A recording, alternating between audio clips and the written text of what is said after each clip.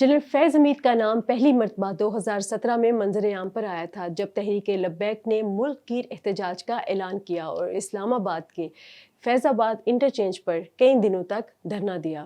General فیض نے اس دھرنے کو ختم کرانے میں اہم کردار ادا کیا جس کی وجہ سے وہ خبروں میں رہے۔ وہ دوسری مرتبہ بڑی خبروں کا مرکز 2019 میں ISI کے سربراہ کے طور پر تعینات ہونے کے بعد 2021 میں کابل کے سرینا ہوٹل میں بنے ان کی چائے پیتے تصویر نے عالمی میڈیا کی توجہ حاصل کی۔ صوبہ پنجاب کے چکوال ضلع سے تعلق رکھنے والے لیفٹیننٹ جنرل ریٹائرڈ فیض حمید فوج میں 36ویں لانگ کورس سے پاس آؤٹ ہونے کے بعد بلوچ ریجمنٹ کا حصہ بنے۔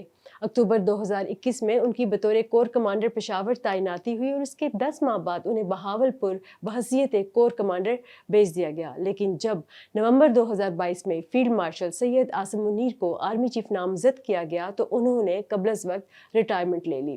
اس کے بعد 8 نومبر 2023 کو ٹاپ سٹی کے مالک نے سپریم کورٹ میں ایک درخواست دائر کی جس میں انہوں نے جنرل ریٹائرڈ فیض حمید پر اپنے اختیارات کا غلط استعمال کرنے کا الزام لگایا۔ 12 مئی 2017 کو جنرل فیض کے کہنے پر ISI حکام نے ہاؤسنگ سوسائٹی کے مالک کے گھر اور دفتر پر چھاپے مارے اور سونا، ہیرے اور رقم سمیت دیگر قیمتی اشیاء ضبط کی۔ سپریم کورٹ کے احکامات کے تحت پاکستان فوج نے فیض حمید کے خلاف کورٹ آف انکوائری کا انعقاد اپریل 2024 میں شروع کیا۔ اگست 2024 میں ان کے خلاف فیلڈ جنرل کورٹ مارشل کی کارروائی شروع کرتے ہوئے انہیں تحویل میں لیا گیا۔ بعد میں دسمبر 2024 میں باضابطہ طور پر چارج شیٹ کیا گیا۔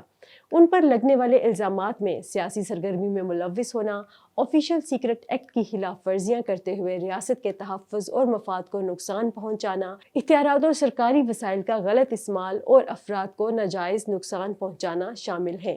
اس کے علاوہ وہ 9 مئی کے بدامنی کے واقعات میں بھی شامل تفتیش تھے۔